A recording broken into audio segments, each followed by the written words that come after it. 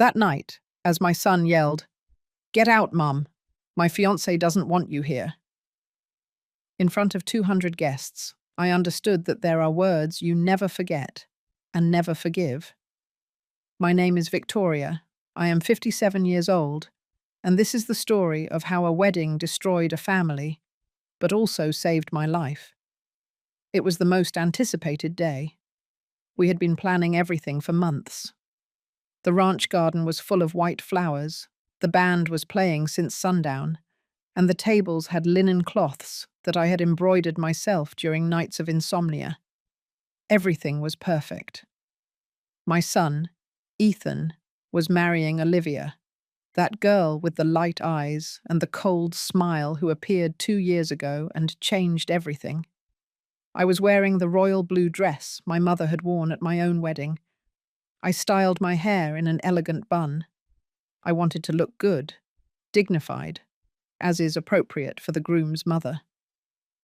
When I arrived at the reception hall, Olivia saw me. She didn't say a word. She just whispered something in Ethan's ear. He walked toward me with quick steps, his jaw clenched. I knew him. It was the same look he had when he was a boy and knew he'd done something wrong, but didn't want to admit it. "Mum," he began, lowering his voice. "Olivia says that your dress is stealing the spotlight, that the blue is too flashy." I felt a punch in the chest, but I took a deep breath. "It's fine, son. I'll change if you want." I brought another dress in the car. "No, Mum." His voice turned harsh. "It's better if you leave." "What?" "Olivia is very nervous. She says your presence makes her tense, that you've always judged her." The hall was full. The music was playing. The guests were talking, oblivious to what was happening just 10 feet from the head table. "Ethan, I'm your mother. I organized this wedding. I paid for half of all this. And you think that gives you the right to ruin my wife's day?" he yelled. The hall went silent. All eyes fell on us. Then he said it, loud and clear, in front of everyone. "Get out, Mum. My fiancé doesn't want you here." I felt something break inside me. I didn't cry. I didn't yell. I just nodded my head, picked up my purse, and walked toward the exit. No one stopped me. No one followed me.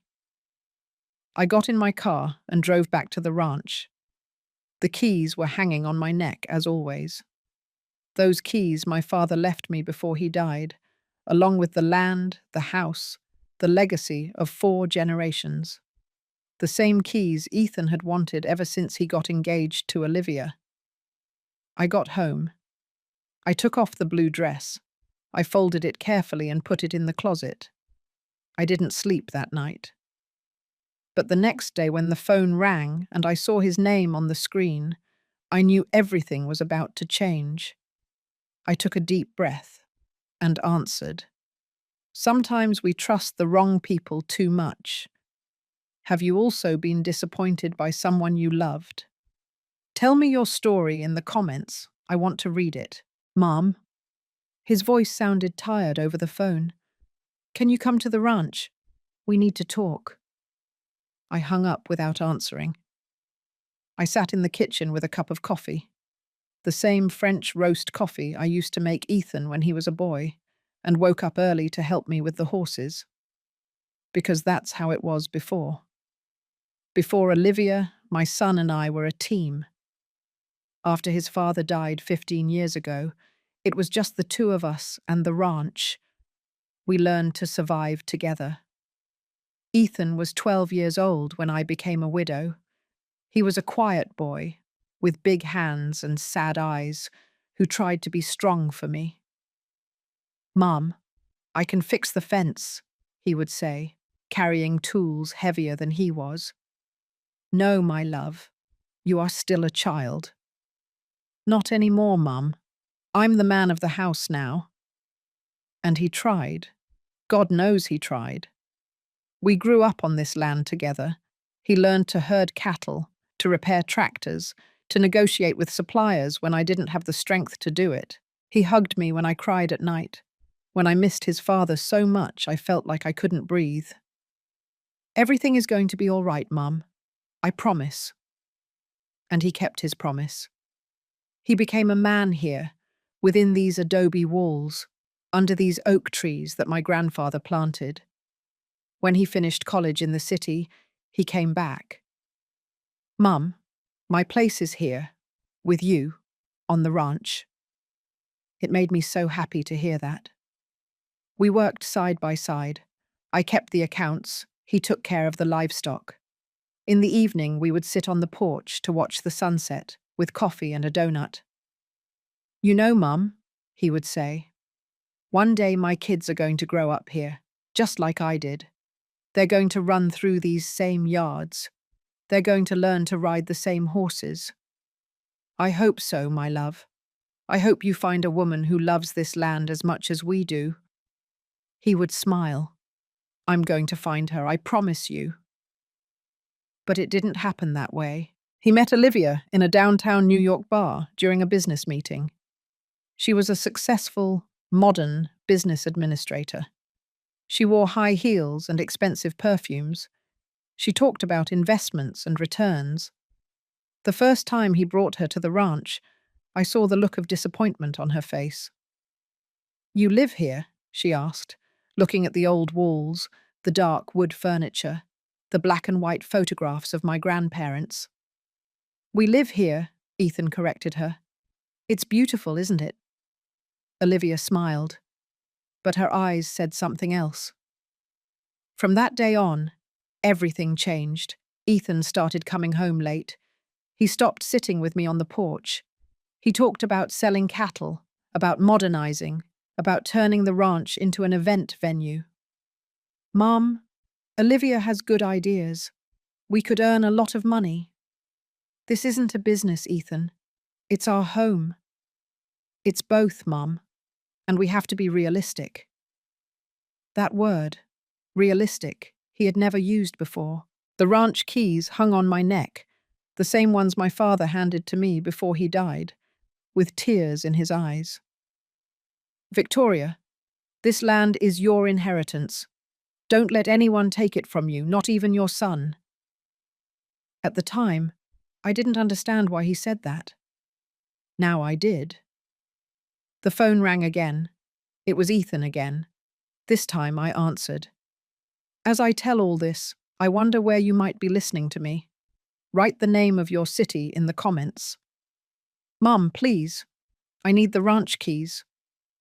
His voice sounded different, colder, as if he were reading a script someone else had written for him. What do you need them for, Ethan? Silence on the other end of the line. I heard voices in the background. A woman's voice. Olivia. Olivia and I want to make some changes.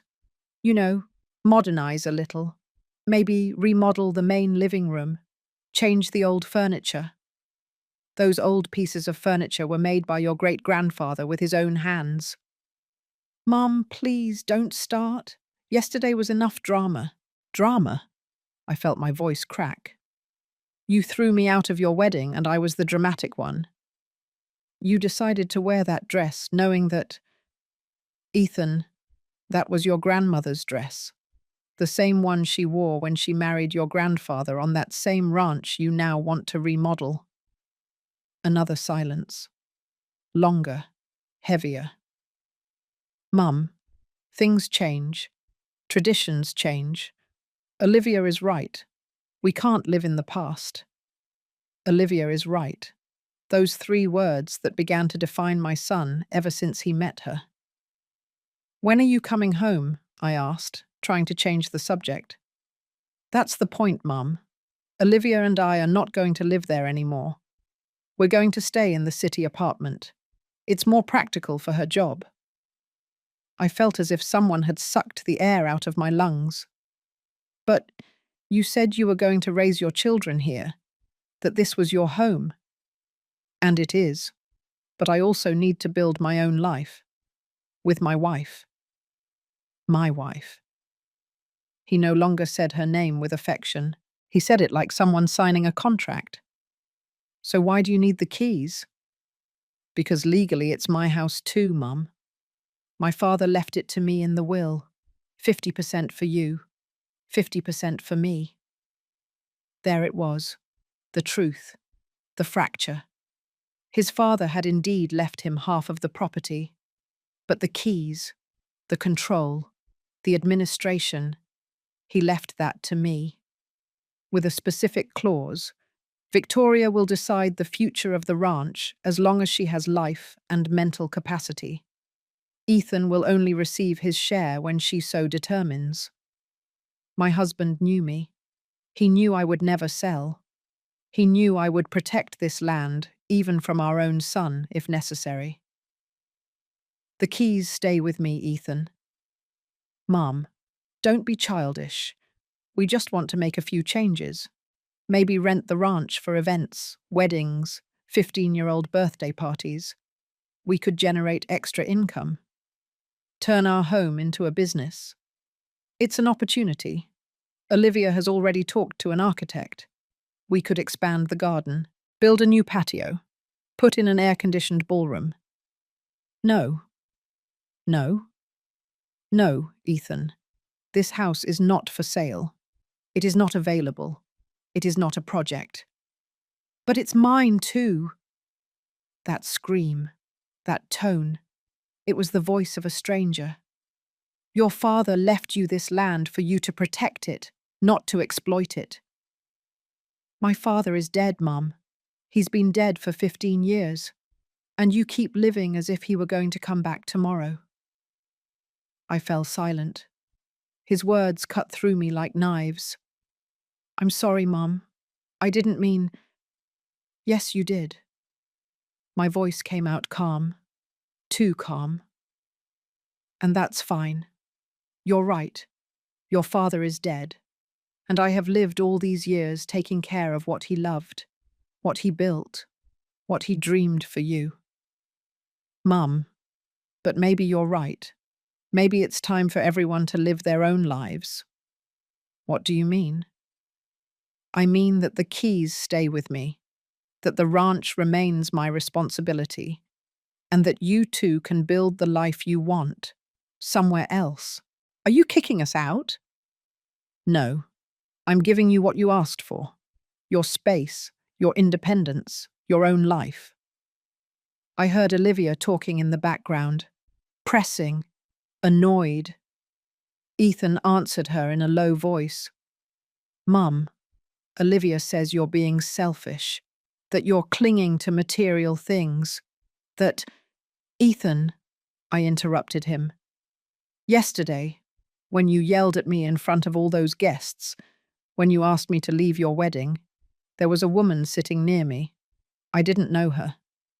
But before I left the room, she took my hand and said something to me. Do you know what she said? What?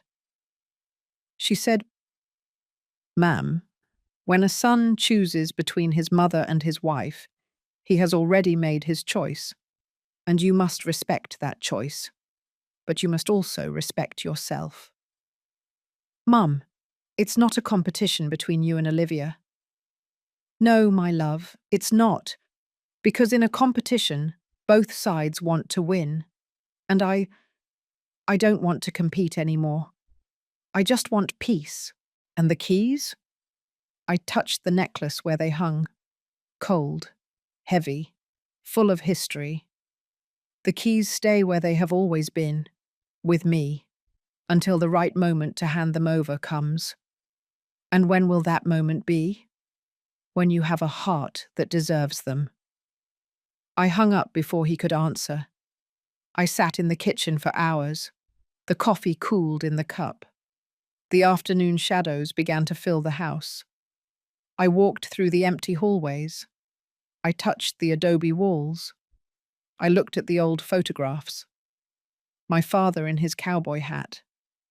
My mother with her silk shawl. Ethan as a child riding his first horse. In my husband's study, on the wooden desk, was the last letter he wrote me before he died. I had read it so many times, I knew it by heart. Victoria, my love, if you are reading this, it is because I am no longer with you. Forgive me for leaving you alone with so much responsibility. Take care of the land. Take care of our son. But above all, take care of yourself. Don't let anyone make you feel less than you are. The strongest woman I have ever known. I love you. Always. That night, for the first time in 15 years, I didn't cry for my dead husband. I cried for my living son. Because there are pains that are worse than death. Like watching someone you love turn into someone you don't recognize. The keys hung on my neck, and I knew that soon I was going to have to use them in a way I never imagined. Have you ever had to choose between love and self-respect? Tell me what you decided. Sometimes, the most difficult decisions are the ones that teach us the most. 3 days passed without Ethan calling me. 3 days in which I woke up expecting to see his truck coming up the dirt road. 3 days in which I brewed extra coffee, just in case he arrived. 3 days in which I caught myself checking the phone every half hour. On the 4th day, I decided that pride wasn't worth more than my son. I called him. Mom? Ethan. My voice trembled. Can we talk? Silence. I heard him say something to someone else. To her. Sure, Mom. Tell me. Not over the phone. Come home. I'll make dinner for you. You and Olivia. I want us to start over. More silence. Whispered voices in the background. Olivia says she doesn't know if it's a good idea. I swallowed the lump in my throat. Please, son, let me make this right. Let me get to know her better. Maybe I haven't been fair to her. The words burned my mouth because I didn't mean them, but I needed to say them. Really, Mum? Really, come tomorrow, I'll make meatloaf, the one you like, and apple cobbler for dessert. I heard his voice soften. My boy was still there, somewhere beneath all those new layers. All right, we'll come tomorrow, around 7. Perfect. I'll be waiting. I hung up and stared at the kitchen, the old iron stove where my mother taught me to cook, the clay pots I inherited from my grandmother, the hand-painted tiles we brought from New Orleans when we got married. Was I really willing to give in? To trade my peace for his presence? Yes, I was. Because that's what mothers do. We bend, we break, but we don't let go. I spent the entire next day preparing dinner. I kneaded the dough with my own hands. I cooked the turkey low and slow. I set the dining room table with the embroidered tablecloth, the wax candles, the china plates we only used on special occasions. I put on a simple beige, discreet dress. Nothing that could steal the spotlight from anyone. I put my hair up. I wore the pearl earrings my husband gave me on our 10th anniversary. The keys hung on my neck, hidden under the dress. At 10 minutes past 7, they arrived. When I saw Ethan's truck park in front of the house, my heart sped up as if I were a child waiting for her father. How pathetic, I thought. But I couldn't help it. I went out to greet them. Ethan got out first. He was wearing a white shirt, dark jeans, his hair slicked back with gel. He looked handsome. He looked different, like an actor playing the part of my son. Olivia got out next. A tight wine-coloured dress, high heels, straight, perfect hair, impeccable makeup. She carried a designer handbag on one arm and her phone in her hand.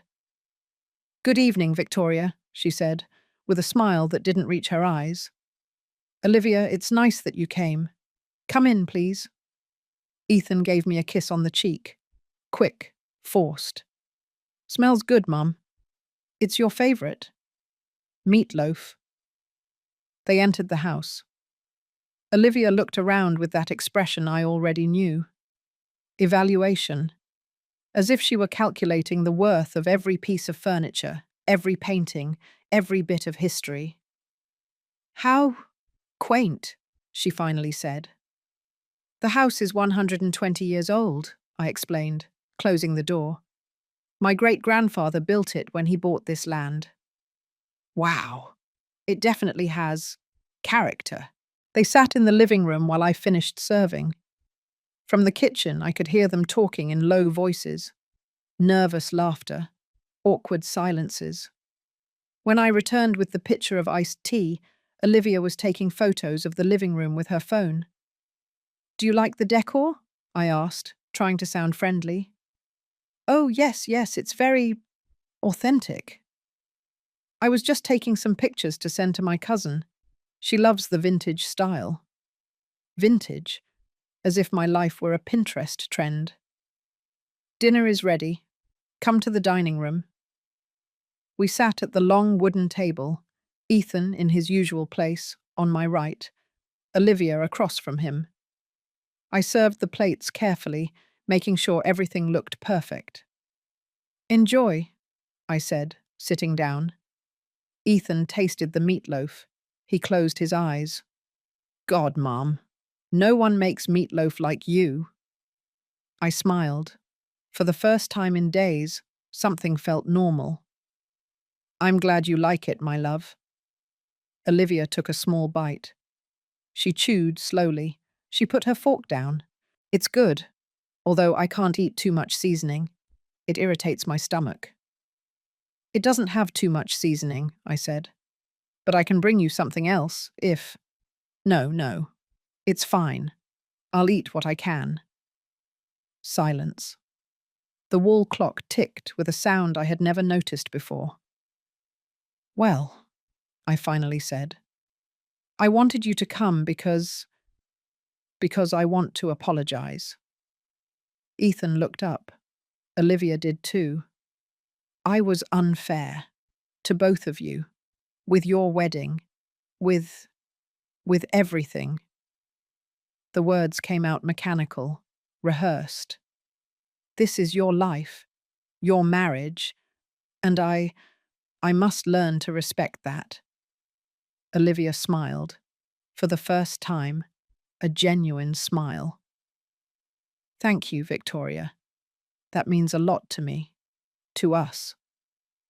Ethan took my hand. "Mum, I went too far too. I shouldn't have yelled at you. And especially not in front of everyone. It's over, son. The important thing is to move forward."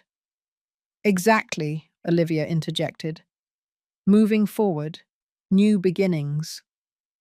We toasted with iced tea, like a normal family, as if nothing had happened. After dinner, while I was serving the apple cobbler, Olivia got up. "Excuse me, I need to use the restroom." "Of course. It's the second door on the left." She left. Ethan and I were left alone. "Mum, thank you for doing this. I know it wasn't easy." "Nothing is easy when it comes to you, my love. But it's always worth it." He smiled. "My boy, still there. Olivia is a good woman, Mum. You just need to get to know each other better. I know. And I'm going to try. Truly." We talked for a while longer. He told me about their honeymoon in San Diego, about the plans for the apartment, about a new job Olivia got at a transnational corporation. Everything sounded perfect. Too perfect. Olivia was taking a long time to return. "Is your wife all right?" I asked. "She must be touching up her makeup. You know how women are." I got up. "I'm going to see if she needs anything." I walked down the hallway. The bathroom door was open. Empty. Olivia. Silence. I kept walking. I passed my husband's study. The door was ajar. I pushed it open. Olivia was inside, with her back to me, her phone held up high.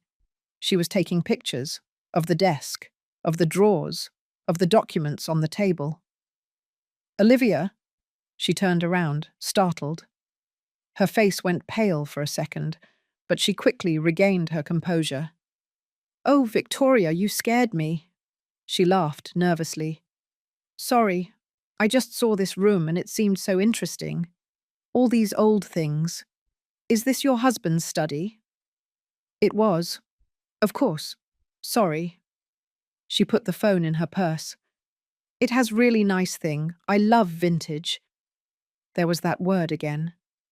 This room is usually locked. The door was open. I thought I could come in. Sorry, yes. Don't worry, let's go back to Ethan. We returned to the dining room. Olivia sat down as if nothing had happened, smiling, relaxed. But I wasn't. We finished dessert with superficial conversation. Olivia complimented the house 3 more times. Ethan talked about his plans to help me with the ranch's maintenance. Maybe we could hire someone to paint the exterior walls, Mum. They look a little neglected. They have that colour because it's a special lime wash paint. That's how it was done before. But we could modernise, give it a more contemporary look.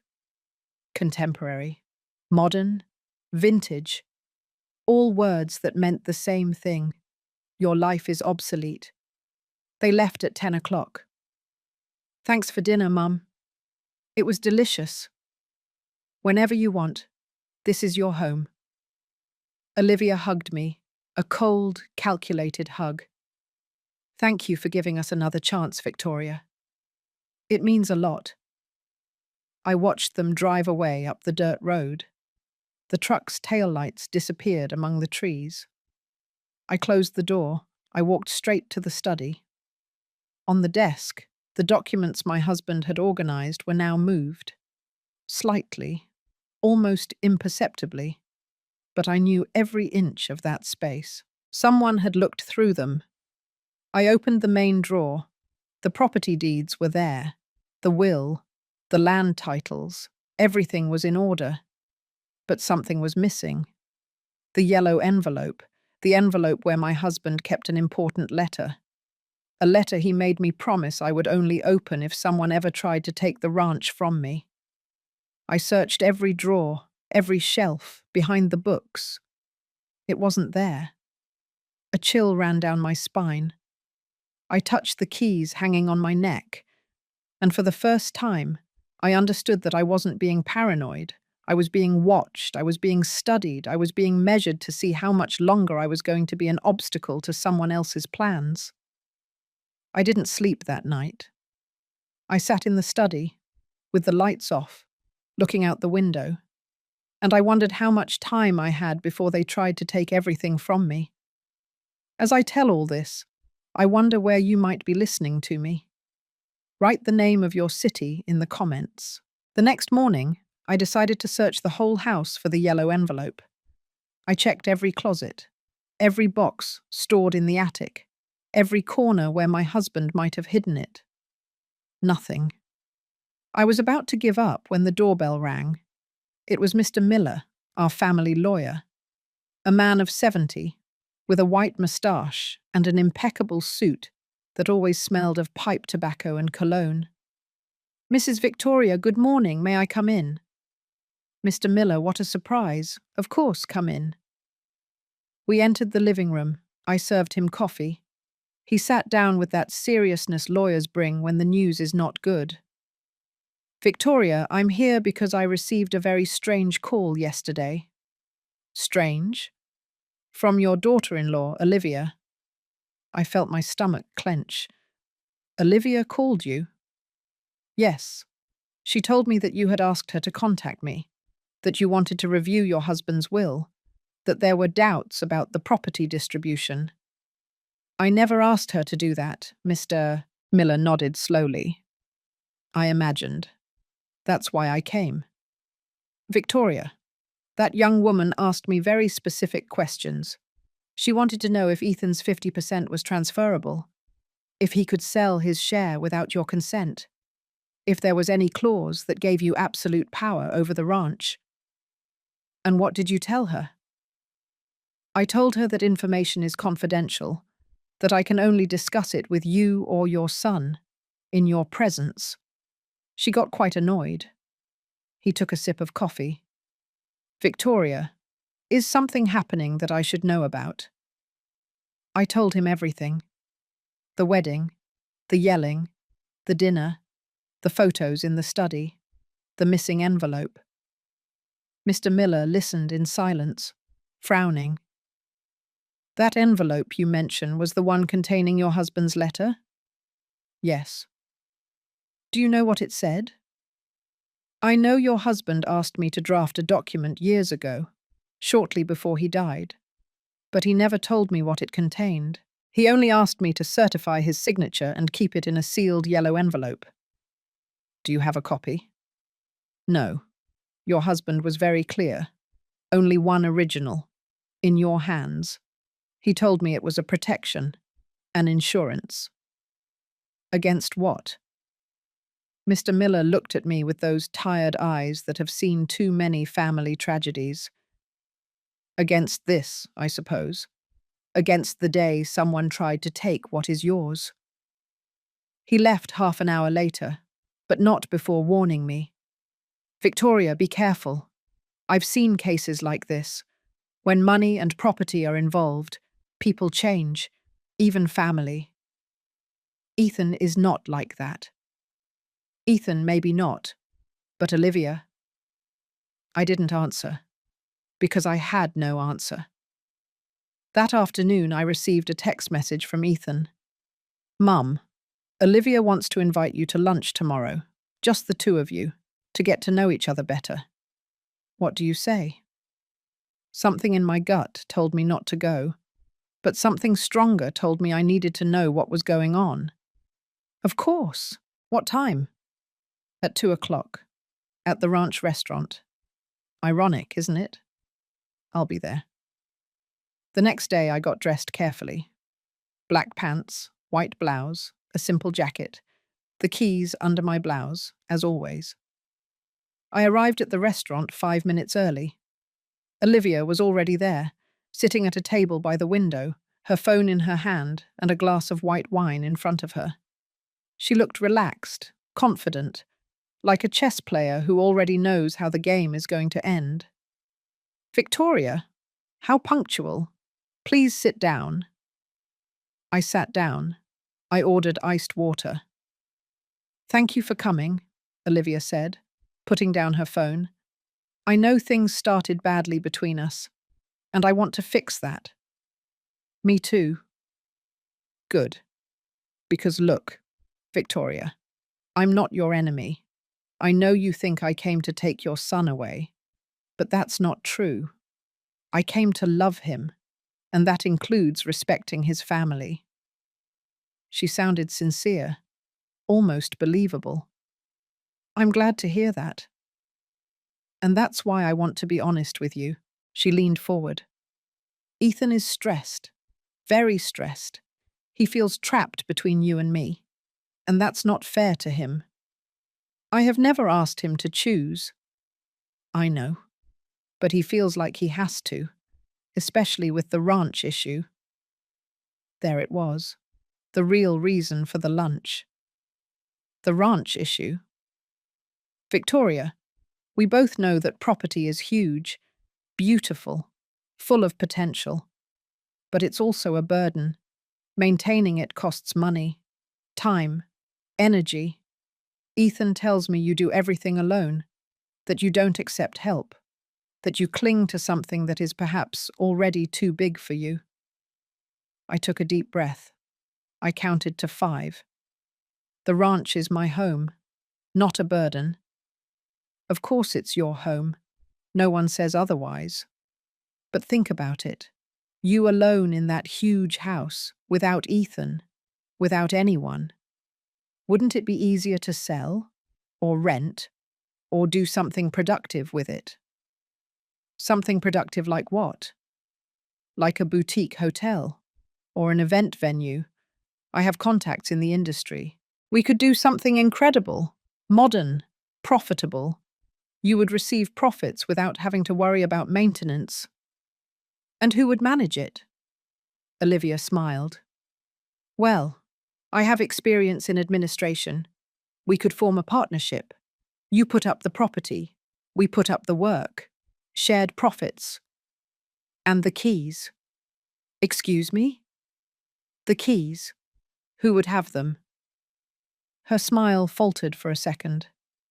Well, obviously we would need complete access to do the renovations, to show the place to potential clients.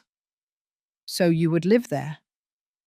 We wouldn't necessarily live there, but we would need full use of the property. It's the only way the business can work. I took a sip of water, slowly, feeling how every piece of the puzzle clicked into place. And where would I live? Wherever you want. You could buy an apartment in New York City. Something more comfortable. No stairs. Not so much work. At your age, Victoria, you should be enjoying life, not killing yourself in a 19th century house. At your age, those 3 words that say, you're already old, you're useless, it's time for you to get out of the way. Was this your idea or Ethan's? It was both our idea. Ethan is worried about you. He's afraid something will happen to you there alone, that you'll fall down the stairs, that you'll get sick and no one will be around to help you. It's for your own good, Victoria. How considerate. Olivia didn't detect the sarcasm in my voice, or she didn't care. So what do you say? Can we at least consider the idea? Talk to an architect? Look at the numbers? No. Her smile froze. No? No, Olivia. The ranch is not for sale. It is not available for business. It is not open to partnerships. It is my home, and it will continue to be my home until the day I decide otherwise. But Ethan is an owner too. Ethan owns 50% of the property, but I have complete control over its use and administration. That's what my husband stipulated in the will. That's unfair. No, it's protection. Olivia put down the glass with more force than necessary. Victoria, I don't want to sound rude, but you're being selfish. That property could change your son's life, your family's life, and you cling to it as if it were more important than us. It's not more important. It's different. The ranch is a legacy. You are temporary. She turned pale. Temporary? Marriages can end, Olivia. Businesses can fail. Promises can be broken. But the land remains. I stood up. I left some money on the table to pay for my water. Thank you for the invitation, but I think we have nothing more to talk about. Victoria, wait. Give my son my best. Tell him that when he wants to see me, he knows where to find me. I left the restaurant with my heart pounding but my legs firm. I got in my car. I sat for a moment, breathing. I took the keys from under my blouse. I held them in my hand. Cold, heavy, real. And at that moment, I knew the war had already begun. Only this time, I wasn't going to give up. Has anyone ever made you feel like you are an obstacle in their way? How did you face it? That night, as I was preparing chamomile tea in the kitchen, I heard the sound of a truck coming up the road. It was 11 o'clock at night. My heart raced. I thought of Ethan, that maybe he had come to talk to me, to apologize, to tell me that Olivia was wrong. But when I opened the door, I saw it was Mr. Miller's car. He got out quickly, with a manila envelope in his hand and an expression I hadn't seen before. Victoria, forgive me for the hour, but you need to see this. What is it, Mr. Miller?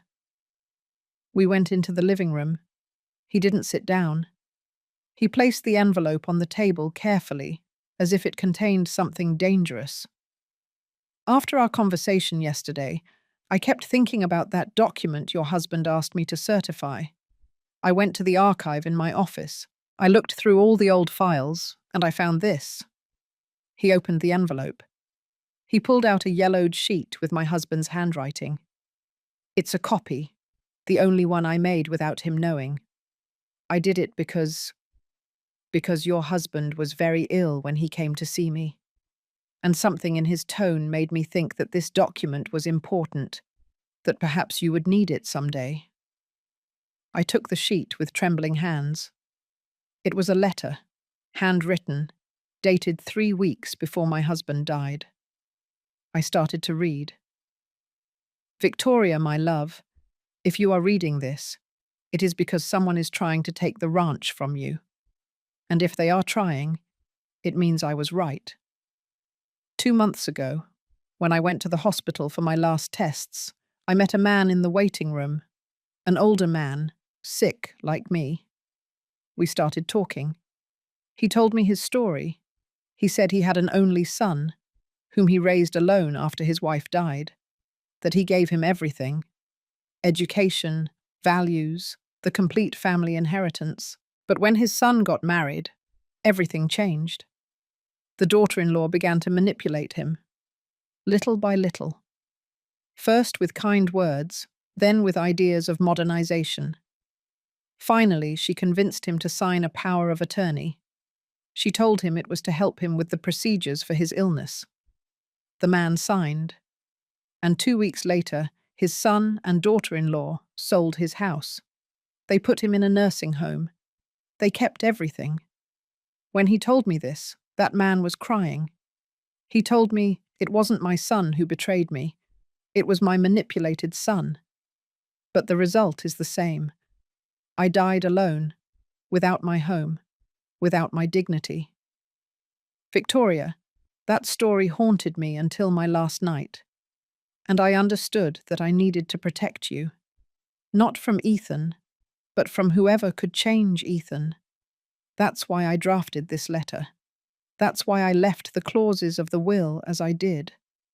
Not because I don't trust our son, but because I trust you. I trust that you will know how to recognize when intentions are pure and when they are poison disguised as modernity. If anyone pressures you to hand over the keys, if anyone makes you feel old or incapable, if anyone tries to convince you that the ranch is a burden, resist. Because that land is not just property, it is the backbone of our family. It is the place where our ancestors bled and dreamed. It is the only place in the world where our history has roots. And you, my love, are the guardian of that history. Don't let anyone, not even our son, convince you that you are an obstacle. You are the door, and you decide who can enter. I love you. I have always loved you. And from wherever I am, I will continue to watch over you. Protect the keys. Protect the land. Protect yourself. Yours forever, Robert. When I finished reading, tears were falling onto the paper. Mr. Miller put a hand on my shoulder. Your husband was a wise man, Victoria. He already knew. He already knew this was going to happen. He didn't know exactly what, but he knew it was possible. That's why he protected you. I dried my tears. Mr. Miller, what can I do? Legally, you are protected. The will is clear. Ethan cannot sell, rent, or modify the property without your explicit and notarized consent. But, he paused, the law protects property, Victoria. It doesn't protect hearts. What do you mean? I mean they can pressure you, manipulate you, make you feel guilty. They can even try to declare that you are not in your right mind to make decisions. I've seen cases like this. I felt a chill. They can do that? They can try. If they get a doctor to certify that you suffer from dementia, cognitive impairment, or any condition that makes you incompetent, they could request legal guardianship. But I'm perfectly fine. You know that. I know. But in the hands of the right lawyers, with the right doctors. He didn't finish the sentence. There was no need. What should I do? First, Keep this letter in a safe place, in a bank, with someone you trust, not in the house. Second, go to your doctor. Request a complete examination, physical and mental. Have him certify in writing that you are in full possession of your faculties. Third, he looked at me with sadness. Prepare for the worst. The worst? For Ethan to completely take his wife's side. He would never… Victoria, I have been a family lawyer for 40 years, and I can tell you something I learned. When a man has to choose between his mother and his bed, he almost always chooses the bed. The words hurt me like a physical blow, but I knew he was right. Mr. Miller left at midnight. I was left alone in the living room, with my husband's letter in my hands. I read it 3 more times. Each time, his voice became clearer in my mind. You are the guardian of that history. Don't let anyone convince you that you are an obstacle. You are the door. I stood up. I walked to the study. I opened the safe that was hidden behind my father's portrait. I stored the letter there along with the original property deeds. I locked the door. I touched the keys hanging on my neck. And I made a decision. If they wanted a fight, they were going to get a fight. But not with yelling, not with drama, not with scenes, with silence, with patience, with the same quiet strength my husband taught me when we took care of this land together. At 7 o'clock in the morning the next day, I called my doctor. I requested an urgent appointment for all possible tests. At 8 o'clock I called the bank. I made an appointment to open a safety deposit box. At 9 o'clock my phone rang. It was Ethan. Mum? Good morning, son. Olivia told me what happened yesterday. That you were rude to her. That you insulted her. I didn't insult anyone. I just made it clear that the ranch is not for sale. No one said it was for sale. We just wanted to propose an idea to you. A family business. Ethan, do you really think I need a business at my age? Do you really think I want to turn the home where you were raised into a hotel? You're not the only one who decides, Mum. I'm an owner of the property too. Not of the legacy. That makes no sense. To you, maybe not. But to me, it does. Silence. Agitated breathing. Olivia says you're being selfish, that you're clinging to the past, that you need help. Help? Yes, Mom. Professional help. Maybe you should talk to someone, a therapist, or a doctor, to help you, to let go. There it was, what Mr. Miller warned me about. Professional help. Doctor. Mental incompetence. Ethan, do you really think I'm crazy? No, Mom, but I think you're lonely, that you've gotten trapped in that house with ghosts and memories, and that's not healthy. I am perfectly healthy. Then prove it. Come live with us for a while. Leave the ranch. Get out of there. And the keys? Leave the keys with the other stuff. For safety. So no one enters while you're gone. I closed my eyes. I took a deep breath. I counted to 10. No, Ethan. No? I'm not leaving my house. I'm not leaving the keys. And I'm not going to keep arguing this with you. Then I don't know what else to do, Mum. I really don't know how to help you anymore. I don't need your help, son. I need your respect. I can't respect a decision that is hurting you. The only decision that is hurting me is yours. The one to choose a woman you barely know over the mother who raised you. You're starting again. It's always the same with you. Either I'm with you or I'm against you. No, Ethan. Either you're with me or you're with someone who wants to take everything I have. He hung up. The silence after the call was worse than the yelling. I sat in the kitchen for hours.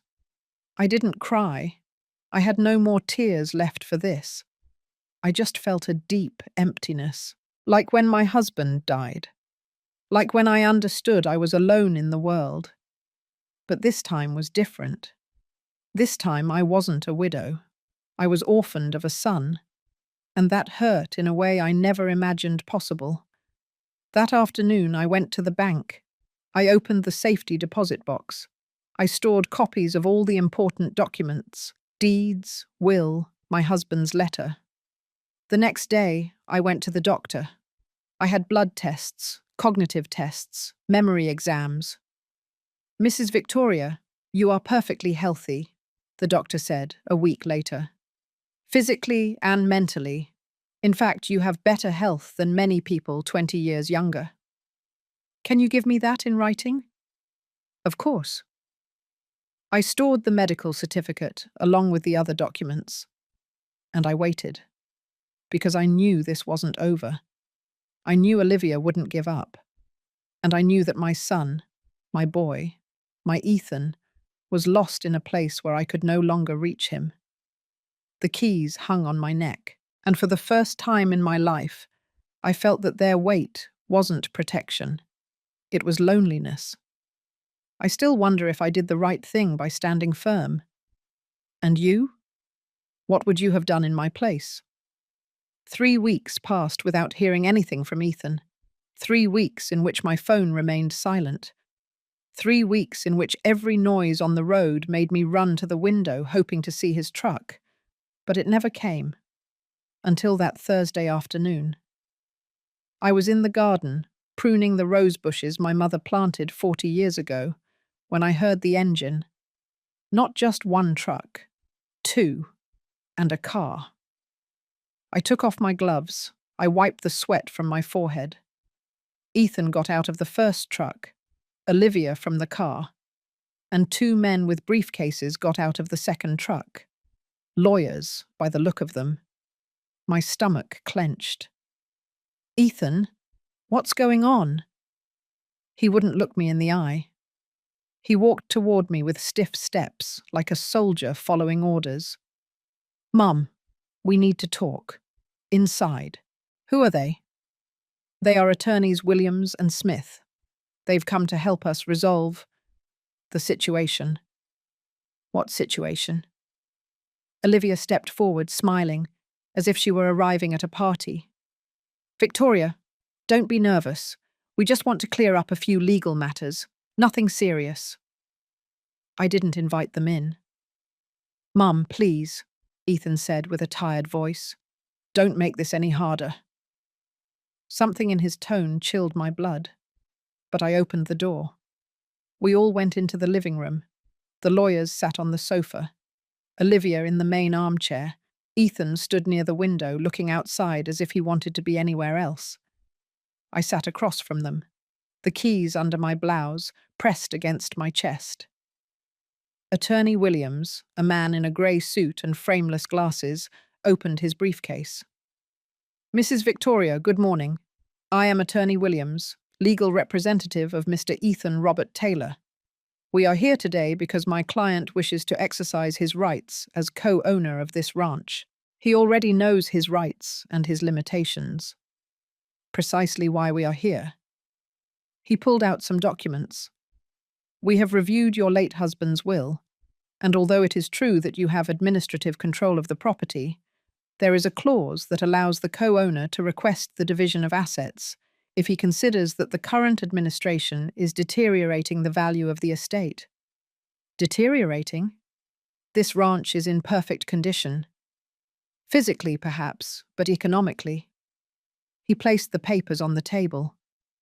"It is losing value. It generates no income. It has no productive use. And according to our calculations, the maintenance costs exceed any potential benefit. This is my home, not a business. Legally, ma'am, it is both. A private property with commercial value, and my client has the right to request that this value be protected." I looked at Ethan. He was still standing with his back to me, looking out the window. "Ethan, did you ask for this?" He didn't answer. Olivia did it for him. Victoria, Ethan only wants what's best for everyone, including you. Look at this place. It's huge, old, hard to maintain. You are alone here. What if you get sick? If you fall? If something happens to you and no one realizes it until days later? I have a phone. I have neighbors. You are 57 years old, Victoria. And even if you are healthy now, how many more years will you be able to handle this? 5? 10? And then what?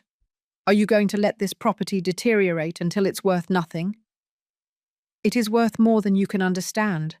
Not everything is measured in money. Attorney Smith, younger, with a condescending smile, intervened. Ma'am, no one is questioning your emotional attachment, but we must be realistic. This property has a market value of approximately $3 million. If it were sold, it is not for sale. Or if it were rented for events, it could generate between $30,000 and $50,000 monthly. That's more than $500,000 a year, money that could benefit the whole family. I am not interested. Not even for your son's future, for your future grandchildren. The word grandchildren hit me like a fist. I looked at Olivia. She was smiling. She knew exactly which button she had just pressed. Victoria, I'm 3 months pregnant, Olivia said softly. Ethan is going to be a father. You are going to be a grandmother. The world stopped. What? Ethan finally turned around. His eyes were red. It's true, Mum. That's why we need to think about the future, about providing for our child, about giving him stability. I didn't know. Why haven't you wanted to know? Why have you been so busy fighting with us that you haven't realized what's going on? Tears began to burn my eyes, but I didn't let them fall. Congratulations, son. Truly. Then understand, Mum. This isn't just about you and me anymore.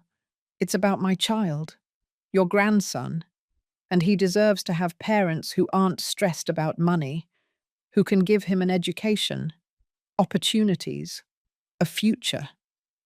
And I'm preventing that. You're not preventing it. You're just making things harder than necessary. Attorney Williams spoke again. Mrs. Victoria, my client is willing to reach an agreement.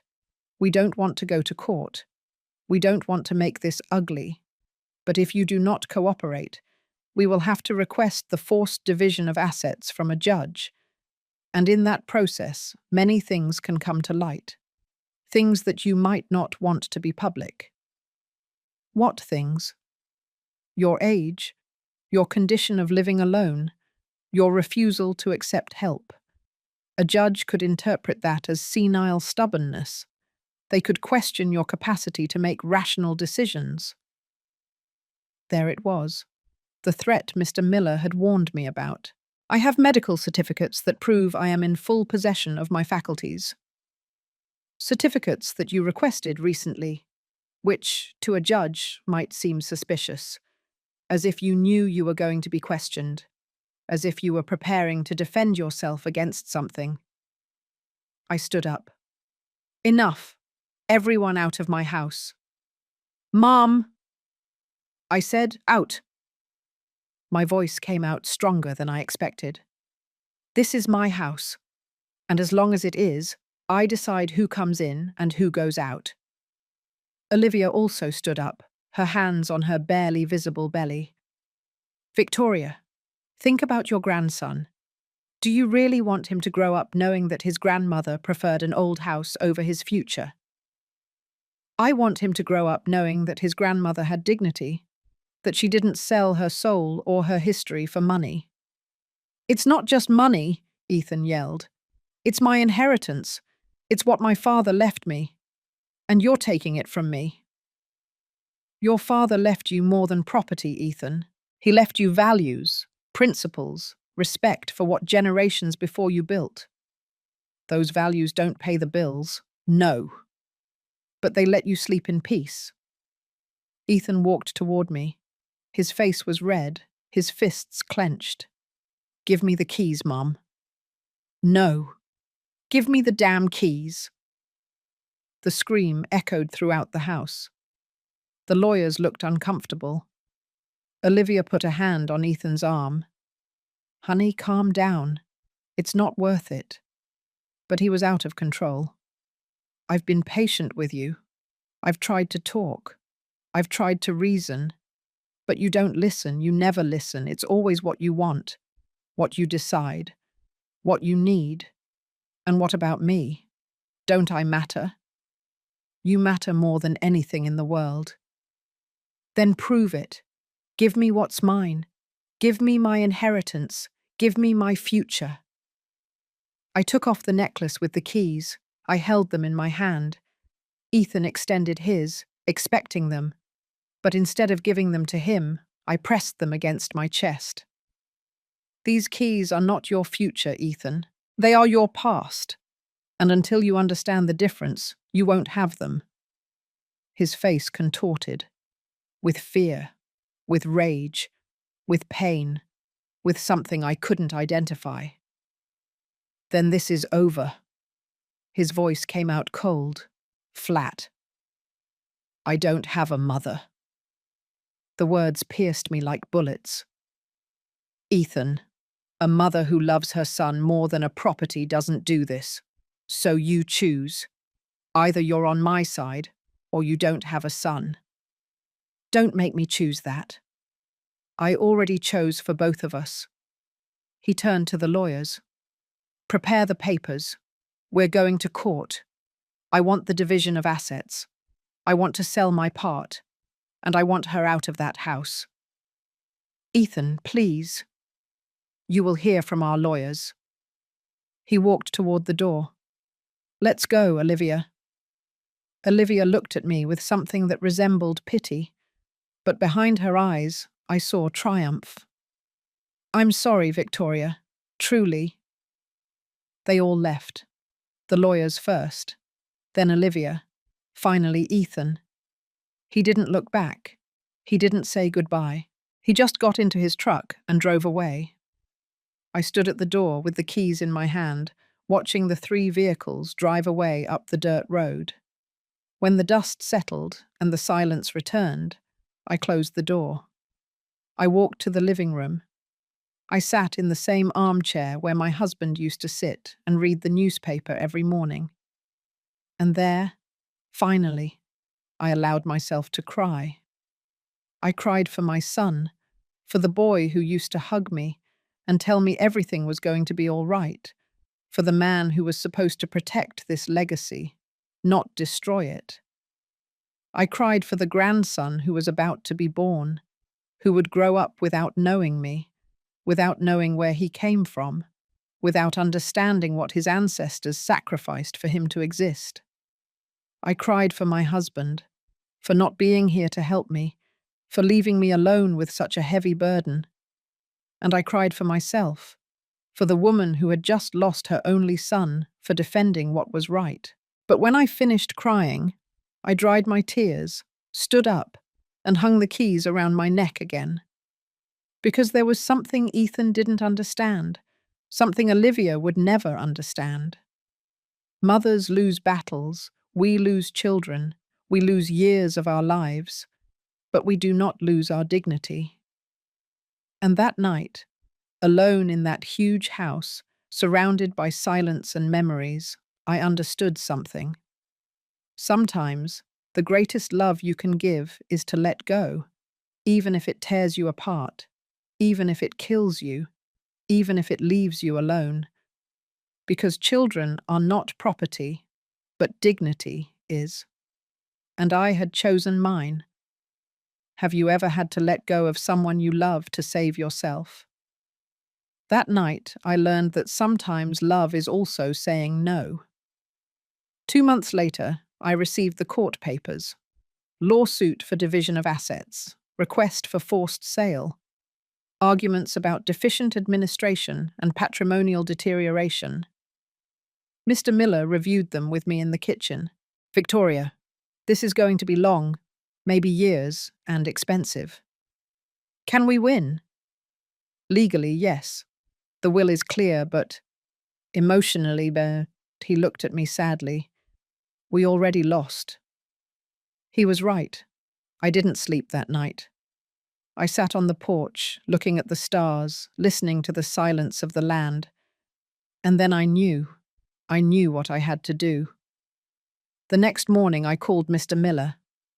I want to make a new will. Are you sure? Completely. I went to his office. I dictated my last wishes in a firm voice. I, Victoria Taylor, widow of Robert, in full use of my mental faculties, declare the following. The Taylor Ranch shall remain under my administration as long as I live. Upon my death, the complete property shall pass to a family trust that cannot be sold, divided, or modified for 50 years. My son Ethan shall receive 50% of the profits generated by the property if it is rented for cultural, educational, or historical events. Never for private commercial purposes. The other 50% shall be administered by a foundation that will protect historical American ranches.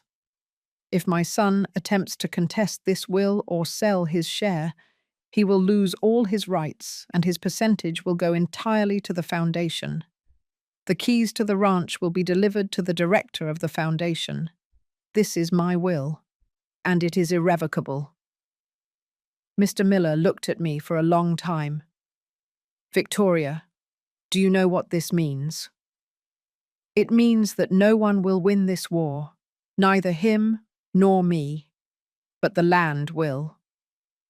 I signed the documents, I had them notarized, I sealed them, and I went home in peace for the first time in months. 2 weeks later, Ethan found out. I don't know how. Maybe Mr. Miller told him. Maybe it was the town gossip. He called me at midnight, drunk, crying. How could you do this to me, Mum? How could you take away my inheritance? I didn't take it from you, Ethan. I protected it. From yourself. You're a damn selfish woman. No, my love. I'm a mother who loved you too much to let you destroy what your father built. He hung up and didn't call back. Months passed. The lawsuit moved slowly. I continued to live on the ranch, tending the rose bushes, feeding the chickens, watching the sunsets. Alone, but at peace. Because I understood something my husband always knew. The land doesn't need you to defend it with yells. It defends itself with time, with patience, with the silent justice that only nature knows how to give. And I just had to wait. The keys hung on my neck. They no longer felt heavy. They were just keys. And I was free. Sometimes the best revenge is not revenge. It's protecting what you love and letting time do its work. 2 years passed. 2 years in which I lived on the ranch, taking care of the land, waiting without expecting. The lawsuit had stalled. Ethan's lawyers couldn't do anything against my new will. It was legal, irrevocable, perfect. Mr. Miller visited me every month with updates, always the same. They are still trying, but they have no case. I would nod, serve coffee, and continue with my life. One October afternoon, Mr. Miller arrived with a different look on his face. He didn't bring his briefcase, just a worried expression. Victoria, there's something you need to know. What happened? Ethan and Olivia separated. The world stopped for a second. When? 3 months ago. The divorce was finalized last week. And the baby? Olivia kept full custody. She went to live in Dallas with her family. Ethan has supervised visits every 2 weeks. I sat down slowly. My legs wouldn't hold me. What happened? Mr. Miller sighed. What always happens with women like that? When she didn't get what she wanted from you, she started looking elsewhere. She met a hotel magnate, rich, older, no family. She discovered her with him. In the apartment they shared, I felt a mixture of pain and sadness so deep I didn't know what to say. How is he? Bad, Victoria. Very bad. He lost his wife, his son, his job, everything. His job? He resigned. Or was he fired? I don't know for sure. But he's living in a cheap motel near the city. Alone. Drinking too much, they told me. Tears started falling without me being able to stop them. And why hasn't he looked for me? Pride? Shame? Maybe both. Mr. Miller left half an hour later. I was left in the kitchen with cold coffee and a broken heart. My son was destroyed, alone, lost, and I couldn't do anything because he had built that hell with his own hands. 3 weeks later, while shopping in town, I saw her. Olivia. She was in a fancy restaurant, sitting on the patio with a man in a suit, grey hair, expensive watch, a shark's smile. She was laughing, flirting, shining, as if nothing had happened, as if she hadn't destroyed my son, as if the baby, who was supposedly her reason for taking the ranch from me, didn't even exist. She saw me. Her eyes met mine. For a second, her smile wavered, but then she regained it. She waved at me, as if we were friends. I didn't wave back. I just kept walking, because I understood something at that moment. Olivia never loved Ethan, never loved the baby. She only loved what they could give her.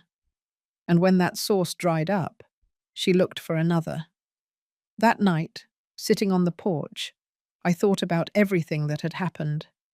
I thought about the wedding, the yelling, the threats, the lawyers, the last time I saw my son, and I realized that I didn't win this war. But neither did Olivia. Because she got money, yes.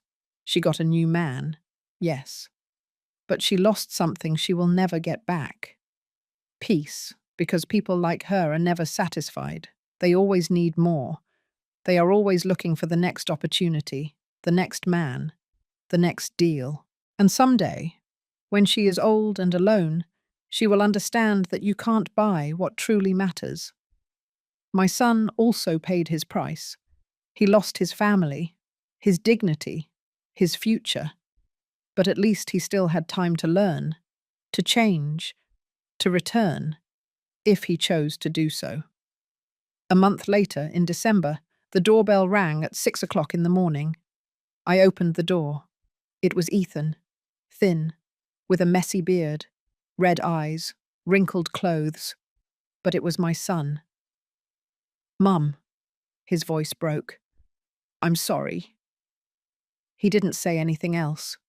There was no need. I hugged him. And he cried like when he was a boy and fell off his bicycle.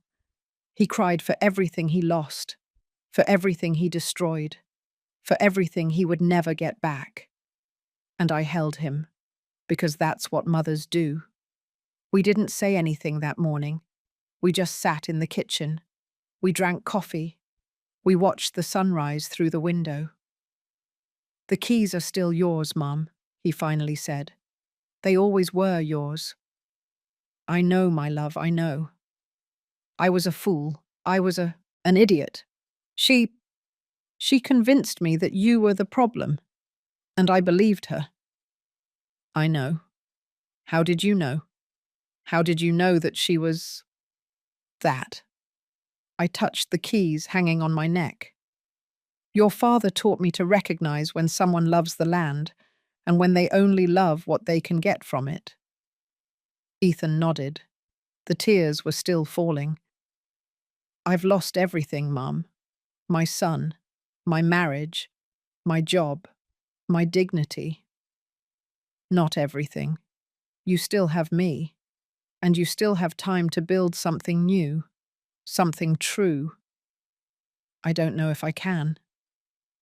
"I didn't know either when your father died, But I did, and you can too. He stayed on the ranch that day, and the next, and the next. We didn't talk about the lawsuit. We didn't talk about Olivia. We didn't talk about the keys. We just worked together, like before. We fixed fences.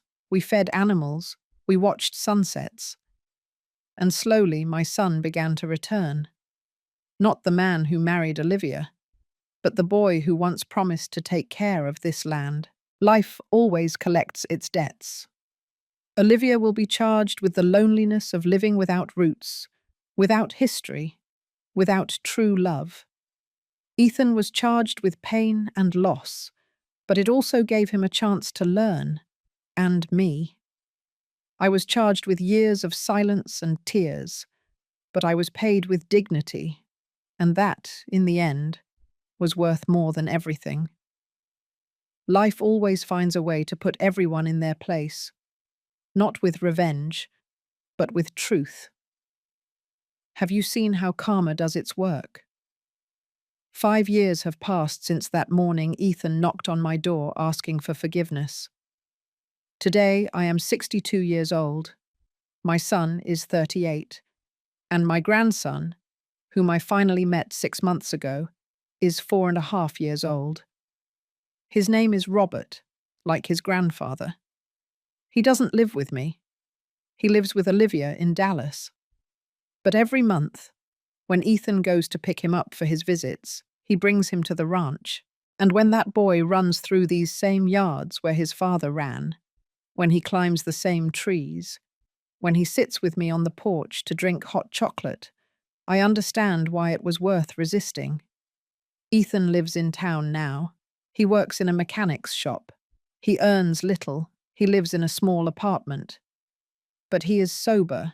He is in therapy. And he is learning to be the man his father wanted him to be. The lawsuit ended 3 years ago. Ethan's lawyers withdrew the lawsuit when he returned. Mr. Miller helped me modify the will one last time. When I die, the ranch will belong to Ethan, completely. No trusts, no foundations. But only if he proves for 10 consecutive years that he can take care of it without selling it, that he understands its value beyond money. If he fails, everything goes to Robert when he turns 25 years old. Do you think I can do it, Mum? Ethan asked me when we signed the new documents. I don't know, my love, but I want to give you the chance to try. Olivia remarried last year, to that hotel magnate she met. They live in a modern mansion. They travel the world. They post perfect photos on social media. Sometimes I see those photos, and I wonder if she is happy. I don't think so, because I've learned that happiness doesn't come from having more, it comes from needing less. And she will always need more. I saw her one more time, 2 years ago, when she came to drop off Robert for summer vacation. She got out of her imported car in designer clothes, with dark sunglasses that hid more than the sun. She looked perfect, as always. But when she took off her glasses to talk to me, I saw something in her eyes I had never seen before. Emptiness. Victoria, she said with a smile that didn't reach her eyes. The ranch looks good. You're still here. I'm still here. It must be quiet, being alone, without worries. It is quiet, I said, because I am where I belong. Something in my tone made her blink. I am also where I belong, she said quickly. My husband and I are very happy, very successful. We just opened our 3rd hotel. I'm glad to hear that. Awkward silence. Robert ran toward me, shouting, "Grandma!" with that pure joy that only children have. I hugged him. I lifted him up. I spun him around. When I put him down, I saw Olivia looking at us with a strange expression, almost like envy. Take good care of him, she said, getting into her car. I'll be back in 2 weeks. She left without saying goodbye to Robert. without hugging him, without telling him she loved him. Because some people never learn that love isn't bought. It's built. With time, with presence, with sacrifice. My son is learning it. Slowly, painfully, with mistakes. But he is learning it. A month ago, while we were working in the garden together, he told me something I will never forget. Mum, now I understand why Dad left you the keys. It wasn't to control me. It was to protect me. From myself. I touched the keys that still hang on my neck. Your father was always wiser than me. No, Mum. You were wise together. And I was the fool who took too long to understand it. I hugged him. My boy. My man. My son. It's never too late to learn, my love. Today, as I write this in my mind, sitting on the same porch where I have spent half my life, I see Robert playing with the chickens. I see Ethan repairing the fence by the corral. I see the trees my grandfather planted.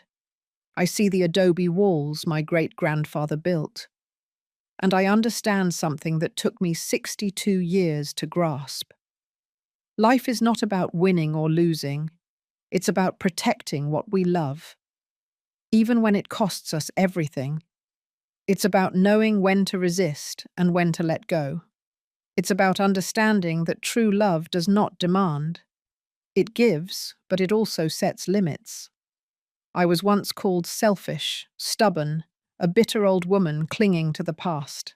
Maybe they were right about some things, but they were also wrong about the most important thing.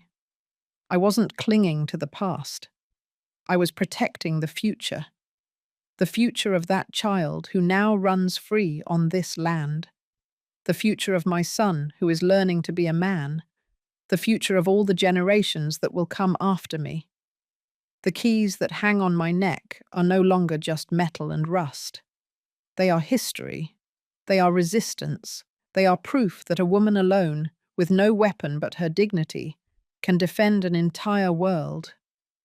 Olivia got her rich businessman, her mansion, her perfect life. But I have something she will never have. Peace, the peace of knowing that I did the right thing, that I did not sell out, that I did not betray those who came before or those who will come after. And that peace is priceless. If my story helps even one woman open her eyes, set boundaries, and defend what is hers, no matter who tells her she is wrong, then everything was worth it. The yelling, the tears, the years of loneliness, everything. Because in the end, life always finds a way to bring justice, not with revenge, not with screaming, but with time, with truth, with natural consequences that arrive when we least expect them. Olivia learned that money doesn't buy love. Ethan learned that some things are worth more than inheritance, and I learned that letting go of someone you love doesn't mean stopping loving them. It means loving them enough to let them fall, so they can learn, so they can grow, even if it tears you apart. My name is Victoria. I am 62 years old, and this was the story of how I lost my son to save us both. The keys are still with me, and they will stay here until the right moment comes. Because now I know something I didn't know 5 years ago. The right moment is not when I decide it. It is when my son is ready to receive them. And that day I will rest in peace, knowing that the land that saw me born, that saw me cry, that saw me resist, will be in the right hands. Thank you for listening until the end. If this story touched your heart, share it with someone you love. Sometimes, a story like this can change an entire day. God bless you. And until next time,